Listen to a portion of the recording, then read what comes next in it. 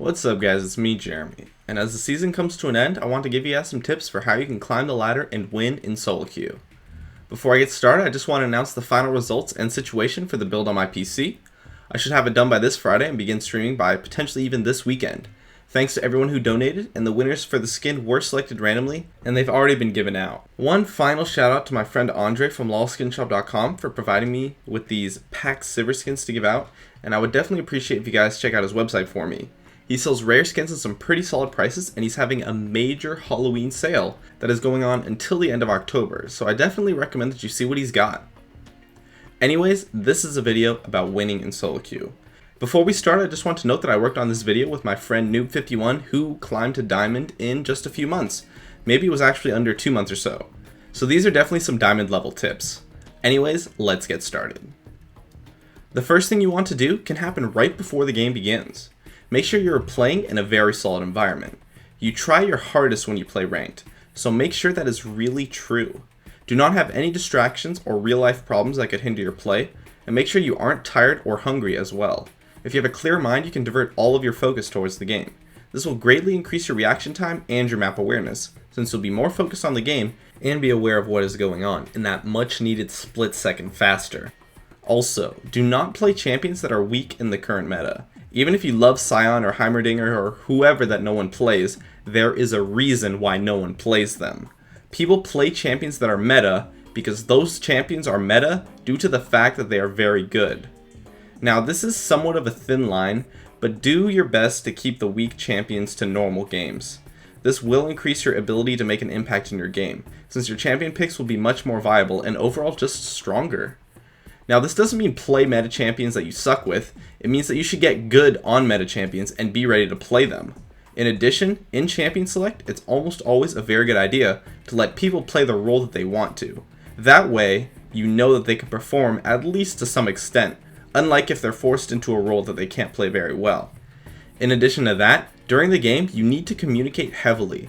Communication is the only way that you can have an effect on what your teammates do. I always notice that players who claim to get poor teammates always lack in communication. Coordinate ganks with your teammates by talking or at least pinging, rather than expecting they will know what to do. Ping for them to fall back if you know they are being stupid, and things like that.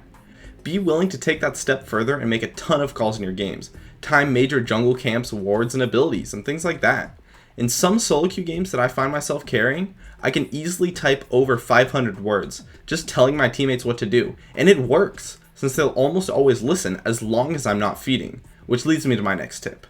Your goal in every single game is to outperform your direct opponent, and if you are failing to do this, the most important thing to do is to minimize your damage.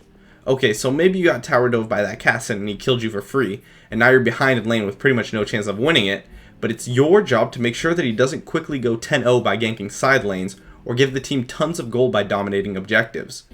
When you're losing in your role, you need to make sure that your opponent cannot snowball. On the contrary, if you're winning, you need to make sure that you snowball your game.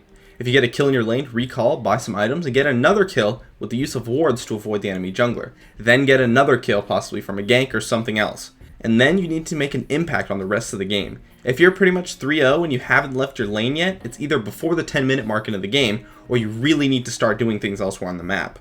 I'm so sick of seeing top laners go 5-0, and then they simply just sit top trying to deny their opponent more CS. Take your tower and roam. Roaming is pretty much the best thing you can do to carry a game, and this works both ways.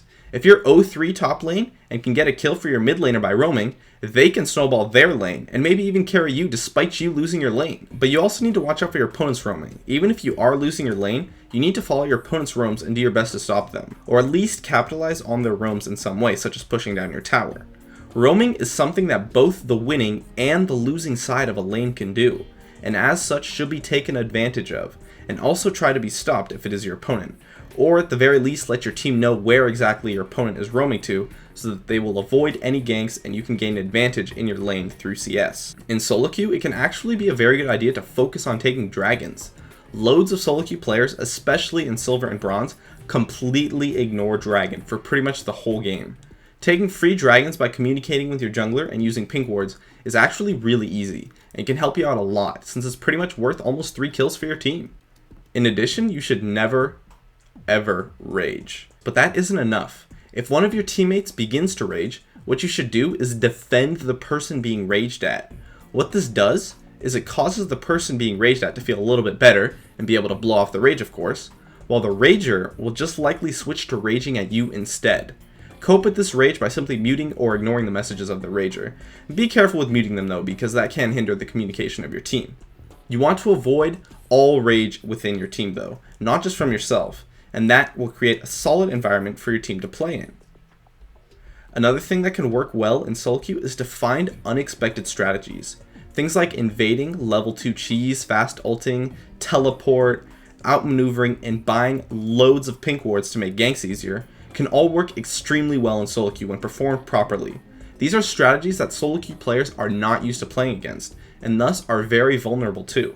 Take advantage of this and be a proactive player and make plays happen. Also, itemization is very important to succeeding. It's almost always better to itemize defensively, which does include offensive items with defensive stats of course, such as Zhonya's Hourglass. But this is almost always better than building a straight up glass cannon. That's because these kind of items allow you to win duels with your opponents, while still being very strong in teamfights. And of course, buy a ton of wards. Map awareness is huge in Soloqueue, since your team isn't likely to communicate with you the location of the missing opponents, and one good gank can decide a lane. One thing that a lot of players don't do though is to buy a ton of pink wards on any role. Pink wards are amazing on top laners and mid laners especially, as they can secure easy gank paths for your team while also warding for the opposing jungler. Pink wards are easily one of the strongest items in Soloqueue, so take advantage of them. And I know this one might be a little controversial, but I strongly believe that you should never surrender in a ranked game. I've seen games won from 30 kills behind and sometimes even 20,000 gold behind or more. Even if you're behind, it is Soloqueue, and it's always possible for your opponents to make a mistake and throw the game. Even if the game seems absolutely hopeless, just focus on analyzing your own play while you hope that your opponents will make a mistake.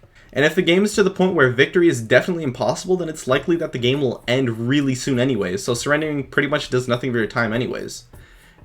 I'll only really surrender if I have a significant reason to leave. And of course this goes both ways too.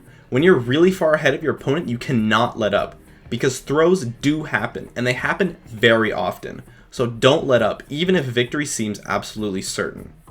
It's also important to note Baron.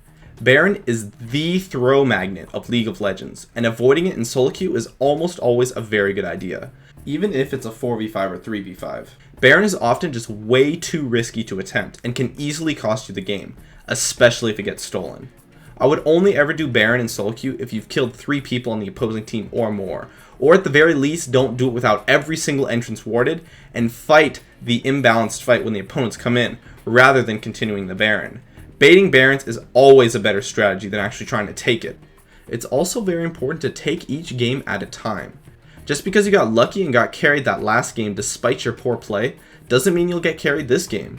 Or just because you stomped your lane and lost the last game doesn't mean you won't be able to carry the next game. Now that doesn't mean streaks don't exist. If I lose 2 games in a row, I'll always take a break. And if I'm winning a lot and playing really well, I'll try to pump out as many games as possible as long as I don't get tired, since I want to ride my streak of solid play. But look at your mistakes in each game individually and focus on improving yourself. Write yourself physical notes on major mistakes that you make. Even if you stomped the game, there's always something you can do to improve, which leads me to my next point. Above all else, always play Soloqueue to improve, rather than to win. If you play to win, you'll likely just end up frustrated. But by playing to improve, even in the slightest, you can avoid the rage of losses, while also improving so that you can succeed in the next game.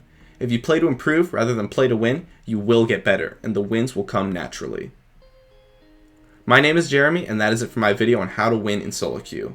I'd love if you could support me with a like, or join me on my North American chat room gaming Curios, which I am always in when I go online. Please subscribe for more awesome content in the future if you enjoyed this video, and I'd love if you could follow me on Facebook or Twitter, of which I will have links in the description. As always, thanks for watching, and I'll see you guys next time.